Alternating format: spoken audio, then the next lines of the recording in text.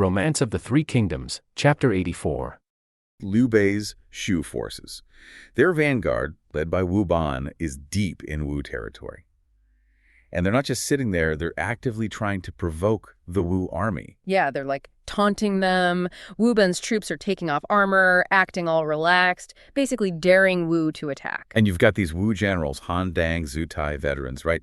They're seeing this and thinking it's children's play, calling the Shu forces old and weak. They're practically begging their commander, Lu Sun, to let them go fight. Which sets up this immediate tension. You've experienced guys wanting to charge, thinking it's an easy win.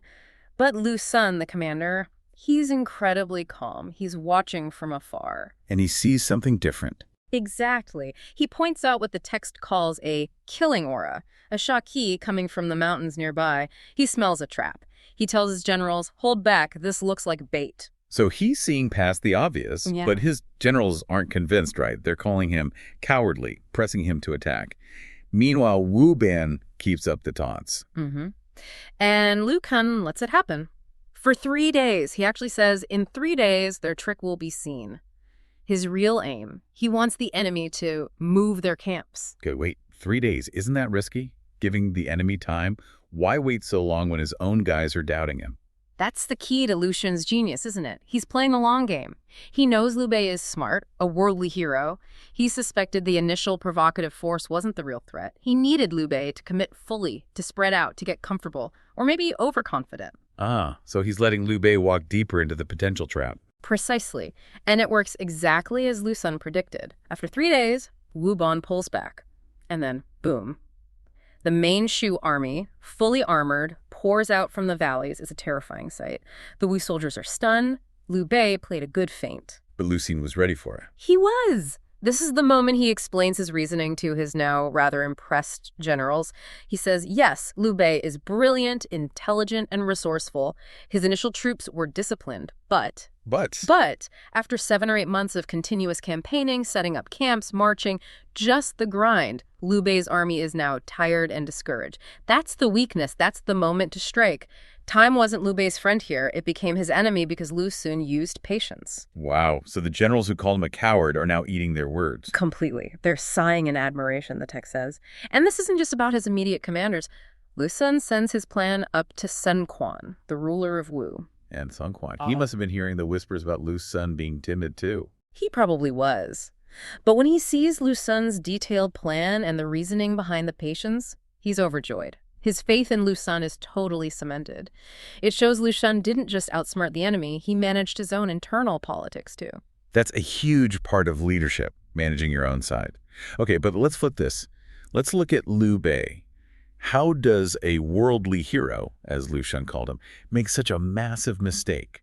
What was going on in his head? It seems like a classic case of overconfidence, maybe fueled by those early victories. And perhaps, underestimating this younger Wu commander, Lu Xun. So he got complacent. It looks that way. The text says he pushed his river forces way too deep into Wu territory. His own general, Huang Quan, actually warned him, said something like, it's easy to advance, but gonna be hard to retreat. Sound advice. Very sound. Huang Quan even offered to lead the vanguard himself, probably hoping to be cautious, but Liu Bei just dismissed it. He seemed convinced the Wu army was terrified and he could just roll over them. That sounds like confirmation bias kicking in hard. He only hears what he wants to hear. Exactly. And this leads directly to the massive strategic error, the camps. He sets up this enormous network of camps, stretching, what was it? Continuous for 700 lightens. That's hundreds of miles. Yeah. 40-something encampments. Right. And the killer detail, they're all positioned along mountains, streams, and dense forests. For anyone who knows military strategy, that just screams danger. Like setting up kindling for a massive bonfire. Precisely. And it wasn't just Lu Xun who saw it. Over in the rival kingdom of Wei, Emperor Cao Pai hears about Liu Bei's camp layout, and he laughs. He laughs. Yeah, laughs out loud and says Liu Bei will be defeated. He explains that camping like that, continuously through forests and complex terrain, is a great taboo of military strategy. He basically predicts Lu Xun will crush him within days. Incredible. Even his rival saw it clear as day. It shows some military principles are just universal, right? Absolutely. And tragically, that same realization hits home in Shu, Liu Bei's own kingdom. Liu Bei actually sends a map of his camps back to his chancellor, the legendary Zhu Jiling. Oh, I bet Zhu Jiyang saw it immediately. Instantly, the reaction is intense. He slams the table, cries out, "Whoa!" He asks who on earth advised Liu Bei to do this, saying they should be executed.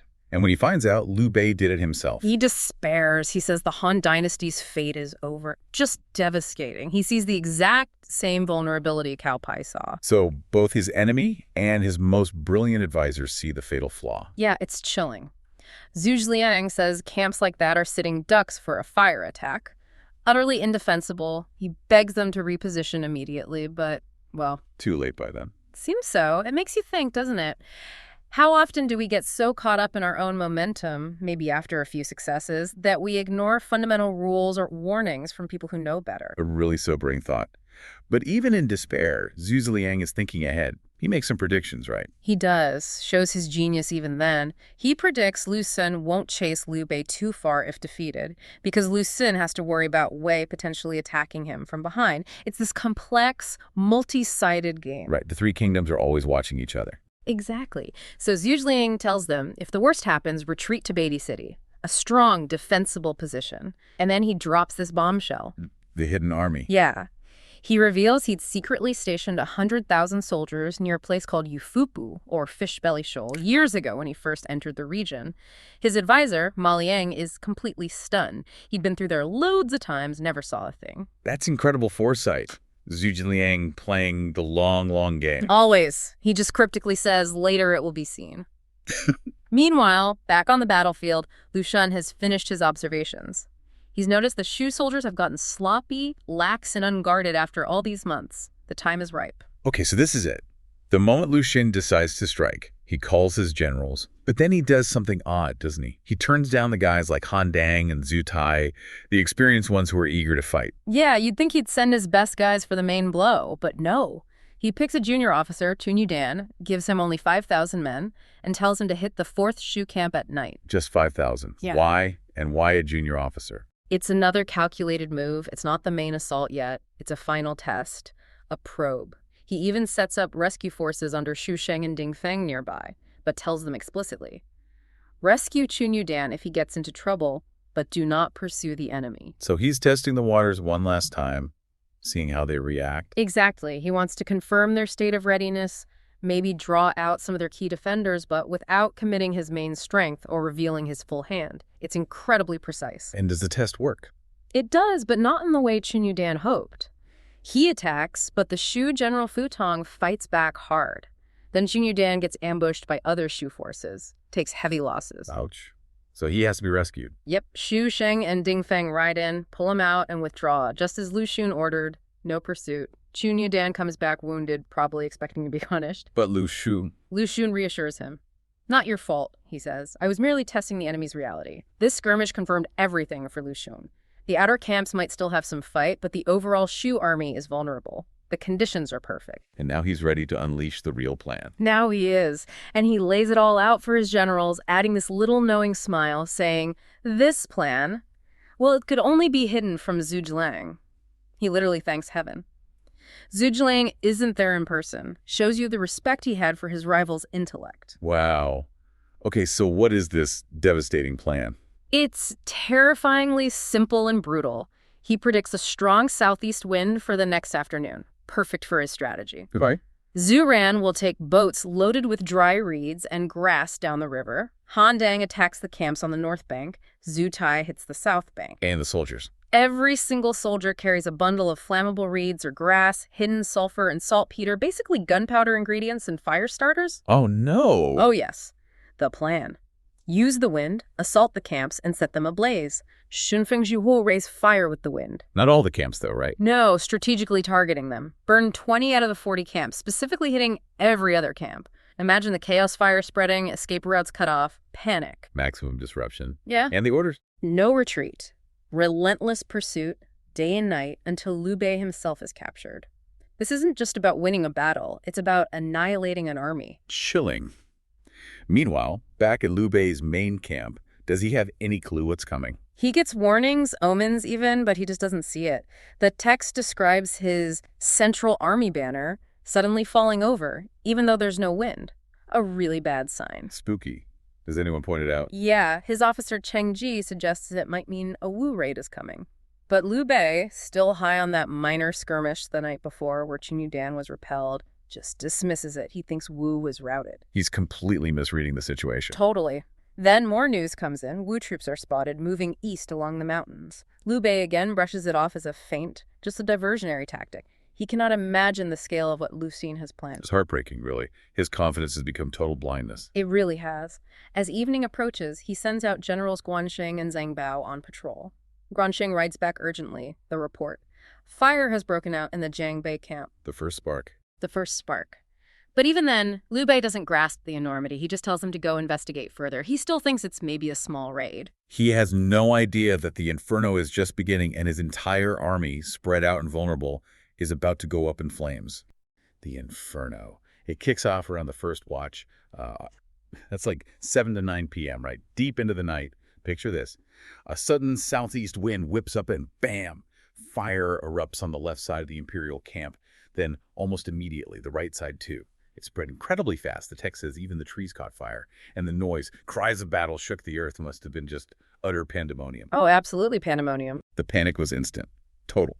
We read that his own soldiers, the Imperial troops, were trampling each other. Countless died just like that, before Wu even fully engaged. And then the chase begins. Swift, merciless.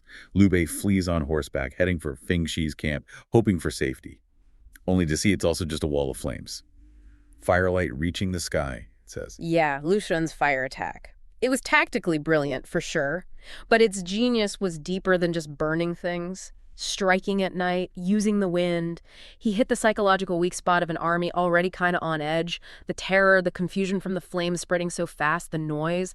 It caused total disarray. Self-inflicted casualties, like you said, trampling each other, cohesion gone. So this wasn't just a win, it was shattering of morale, of command. It really highlights how, using the environment can turn a battle into a complete rout. That makes total sense. But how did Lu Xun keep his own forces from getting tangled in that chaos? How did they capitalize so effectively? Good question. It came down to, really meticulous follow-up planning. His troops were organized, multiple columns, hitting specific points, keeping up relentless pressure. The fire was like the hammer blow, yeah. But the organized pursuit was the anvil. They were disciplined, they exploited the chaos without getting sucked in, gave Liu Bei zero chance to regroup. Right, no breathing room. And Liu Bei's escape, it was harrowing. Feng Shi somehow gets away, but Liu Bei, he's got Xu Sheng chasing him from behind, and then Ding Feng cuts him off from the front. The source just puts it grimly, 4 sides, no escape route, utterly trapped. But then you get this glimmer of hope. Zhang Bao shows up dramatically, leads a troop, somehow breaks through the encirclement, saves Liu Bei, gets the Imperial guards out. A real heroic moment. A critical intervention, absolutely critical. And as they're fleeing, another general, Fu Tong, manages to join them. But it's short-lived relief. They make it to Mian Mountain, maybe thinking they can regroup, but no. Lu Xun's main army surrounds them again. The description is stark. Firelight everywhere, corpses piled high, choking the river. Just grim. Yeah, imagine the scene. And the next day, no let-up. Wu's soldiers start setting fires on the mountain. Liu Bei's panic is just, you can feel it through the text. He's right on the edge. And this is where that loyalty just shines through, doesn't it? These generals. Zhang Bao, Fu Tong, risking everything, fighting into a disaster zone to save their emperor when it looks completely hopeless. It makes you ask, what drives that level of sacrifice? Is it just duty? Or something deeper? A personal bond? Belief in the cause, the Han Dynasty idea Liu Bei represented? That's a great question. He must have had incredible charisma. Looking back at that chaos, what stands out to you is the absolute closest call, the moment it almost ended, and what saved him. Gotta say, the closest call was definitely when Xu Sheng and Ding Feng had him boxed in. 4 sides, no escape. That was it. Capture seemed inevitable. Shu Han finished. The turning point had to be Zhang Bao's charge. That desperate, focused breakthrough. It wasn't just fighting. It was leadership, rallying a few guys, creating an opening from nothing. Pure willpower buying Liu Bei crucial seconds. Absolutely. Yeah. And then, just when things look desperate again on the mountain, Guanxing appears. Says, head for Beatty Cheng. And Fu Tong immediately volunteers to hold the rear. I will die for it, he says. Just pure selflessness. Incredible devotion. Liu Bei then orders this desperate measure. Soldiers strip off their armor, burn it to block the road, trying anything to slow the pursuit. But the tension just ramps up again. A shout goes up. Zhu Ran's forces are by the riverbank, escape route cut off. Again, Liu Bei cries out, "I shall die here!" Guan Jing, Zhang Bao, they get wounded by arrows. Lu Xun's main army is closing in fast from behind. It's peak desperation. It's really hard to overstate how close he was, multiple times. The scale of the chase, the coordinated attacks, the constant pressure, it was designed to break him. And honestly, the narrative makes it clear. Only these timely, almost miraculous interventions by loyal generals stopped complete annihilation. But then dawn breaks. And with it, this thunderous roar. Zhu Ran's troops are suddenly stumbling, falling into ravines. A new force has arrived, a heroic force. The cavalry arrives. Literally. It is, of course, the legend himself, Zhao Zilong.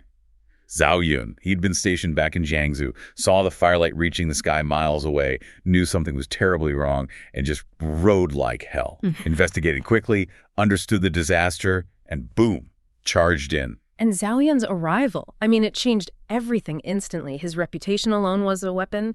The moment Lu Xun hears Zhao Yun's name, he orders a retreat. Just like that. It wasn't only about Zhao Yun's fighting skill, which was immense, obviously. It was the legend, the morale boost for Xu, the gut punch for Wu, knowing this guy was now in the fight. Wow. So he engages Zhu Ran directly. Yep. Takes him on, kills him with a single spear thrust according to the story, scatters that whole Wu contingent, clears the path to Beta Cheng. He wasn't just a force multiplier, he was a symbol. His presence shifted the whole psychological balance of the pursuit. Incredible that one person could do that. But even then, as he's being rescued, Liu Bei is thinking of others. He asks, okay, I'm safe, but what about my other general? Shows his character, even then. Zhao Yun, though, ever the practical one, says basically, we got to secure Beta Cheng first, Your Majesty. Sensible advice. So Liu Bei enters Beta Cheng with barely 100 men, a tiny fraction of the army he left with, a stark reminder of the scale of the defeat. And it's crucial to remember, while this was a disaster for Liu Bei, it was a massive, massive victory for Wu and Lu Xun. There's a poem from the time that really captures it. Something like, holding spear, raising fire, breaking camp after camp, Liu Bei flees headlong to Beta Cheng. Overnight, Lu Xun's fame startles Xu and Wei. How could the Wu king not respect this scholar? It gives you that other perspective, right? Lu Xun's reputation soared. Good point. A triumph for one, tragedy for the other, and the human cost for Xu. It was immense. We need to talk about those sacrifices. Fu Tong, the guy who volunteered for the rear guard, he gets surrounded. Ding Feng basically tells him, everyone's dead or surrendered, your boss is caught, give up. The typical surrender or die speech. But Fu Tong, fierce defiance. His famous line, I am a Han general, how could I surrender to Wu dogs? Just, wow. He fights on apparently over 100 rounds of combat, but can't break through. Finally cries out, I am finished, and dies spitting blood right there in the middle of the Wu soldiers. His story really hits hard, and the poem praising him nails it. At Yiling, Wu and Xu fought fiercely. Lu Xun used fire. To his death, still cursing Wu dogs, Fu Tong is worthy of being a Han general. It's that profound sense of identity, that duty beyond just following orders. It's loyalty to an ideal of the Han, even facing certain death. That's what defined these figures. And he wasn't alone. There was Cheng Ji, a ceremonial officer. He tries to rally the Navy at the riverbank. Wu soldiers chase him down. His sailors scatter. Someone tells him to run, but he just explodes. Since I followed my lord to war, I have never fled from the enemy. Before he can even finish, he's surrounded, draws his own sword, commits suicide. Another powerful story. And the poem for him captures that spirit too. Generous Xu ceremonial officer Cheng Ji left a sword to answer the emperor. Facing danger, ambition unchanged, earned eternal renown. These aren't just soldiers, they're men of incredible, moral courage, driven by personal honor, this deep code. Dying wasn't just for Liu Bei, it was about upholding their own values against overwhelming odds. Then there's Zhang Nan and Feng Shi. They were actually besieging Yiling. They hear about the main army's defeat, try to go rescue Liu Bei, but they get caught in a pincer.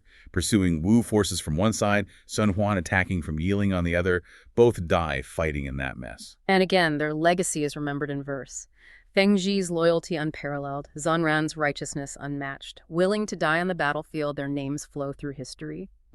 Seeing these stories, one after another, it shows the staggering personal price of this war. For Xu Han, these weren't just troop losses. They were gutting blows, emotionally and morally. Other names are mentioned too. Shamo, the barbarian king fighting for Xu, killed by Zhu Tai after a long fight. Some did surrender, like Du Lu and Lu Ning. Understandable, perhaps. The Shu camps were just gone, wiped out. No supplies, no weapons left. Not an inch, the text says.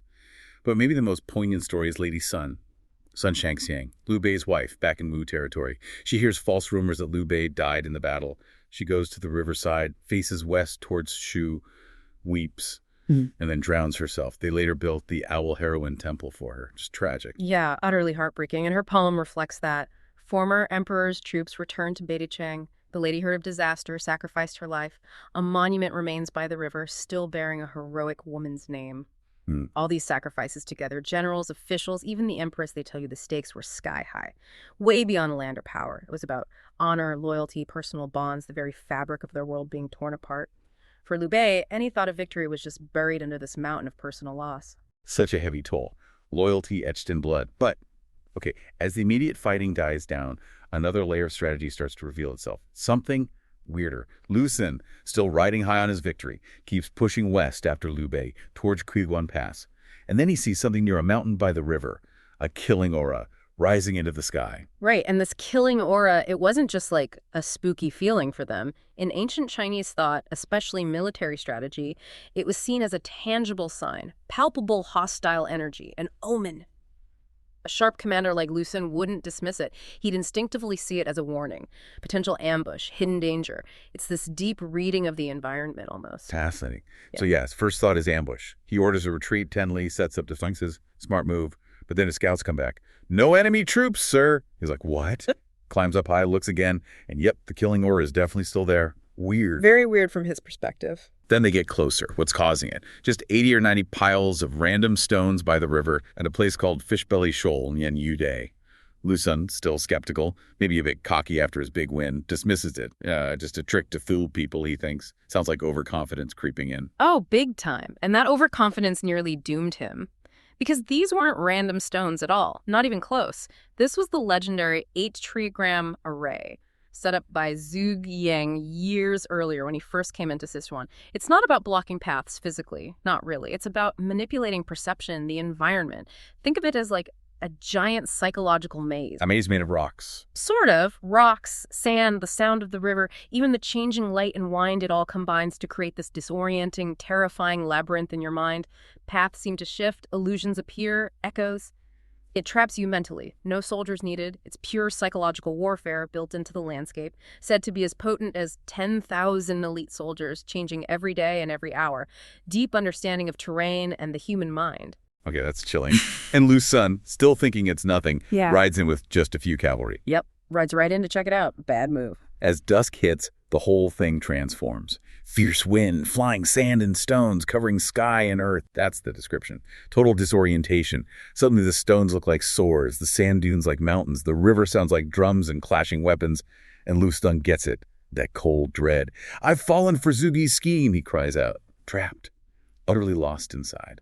It's such a powerful illustration of Zizhi Zhang's genius, right? And not just battlefield tactics, but this incredible long-term foresight, creating a weapon that lies dormant for years, then springs to life, turning geography into a trap. It really shows how strategic thinking beats overconfidence. Mind over matter, almost literally. Just when he's probably freaking out, this old man appears, laughing, apparently. Offers to lead him out, like out of nowhere. Yeah, talk about unexpected saviors. And the reveal is just mind-blowing. The old man, it's Huang Qingyan, Zhuge Liang's father-in-law. And Huang Qingyan explains, yeah, Zhuge Liang set this up ages ago, and he actually told me not to help any Wu generals who got lost in here. But Huang Qingyan says he's just too kind-hearted, couldn't leave Lu Xun stuck in the death gate, so he guided him out through the life gate. It's an amazing story. You've got layers of genius here. Zhuge Liang's foresight, planning for a pursuit years later, and then this added layer, maybe a bit of literary flair, right? His own father-in-law acting as this, ethical release valve for the trap. It elevates Zhuge Liang's mystique even further powerful, but ultimately magnanimous, even to rivals. Whether historically exact or not, it underlines the sheer depth of his strategic thinking. Strategy on a whole other plane. Almost too perfect, yeah. A legend solidified. And Lu Xun, once he's out, he gets it. He's humbled. Kongming is truly a sleeping dragon. I cannot compare. That says it all. A moment of profound realization for him. And then, the truly astonishing part. Lu Shou immediately orders a full retreat. backs off completely. Even though Liu Bei is weak, cornered in Beiticheng. Seems like the perfect time to finish him off. Yeah. Why retreat? This decision. This shows Lu Xun's own strategic brilliance. It's different from Zhugeling's, maybe less mystical, but just as sharp. He wasn't retreating because he was scared of the rocks anymore. He understood that was about confusion, not killing. His calculation was pure grand strategy. He thought, okay, Cao Pai, the ruler of Wei. He's just as cunning as his father Cao Cao. He knows I'm deep in Shu chasing Liu Bei. He's definitely going to hit our undefended borders in Wu while I'm gone. The bigger picture. Exactly. He realized being overextended in Shu was dangerous. Supply lines stretched thin, too far away to react if Wei attacked Wu. Victory isn't just about crushing the enemy in front of you, it's about protecting your own base, keeping your options open. He saw the whole chessboard, not just the corner he was in. That's a masterclass in strategic thinking. Don't get tunnel vision. And was he right? Did Wei attack? Spot on. Within 2 days, reports flood in, massive Wei invasion. Cao Ren, Cao Zhu, Cao Zhen, hundreds of thousands of troops, hitting Wu from 3 different directions, just like Lu Xun predicted. Wow. Incredible foresight, his response. Totally calm. Basically, yeah, I expected this, already sent troops to counter them. Chillingly prepared. I do. There's a final poem that sums it up perfectly. With ambition to swallow Shu but must defend against the northern court, Lu Xun knew you couldn't just focus on one enemy. True genius is anticipating the next move, even from someone not currently in the fight. He understood the ripple effects.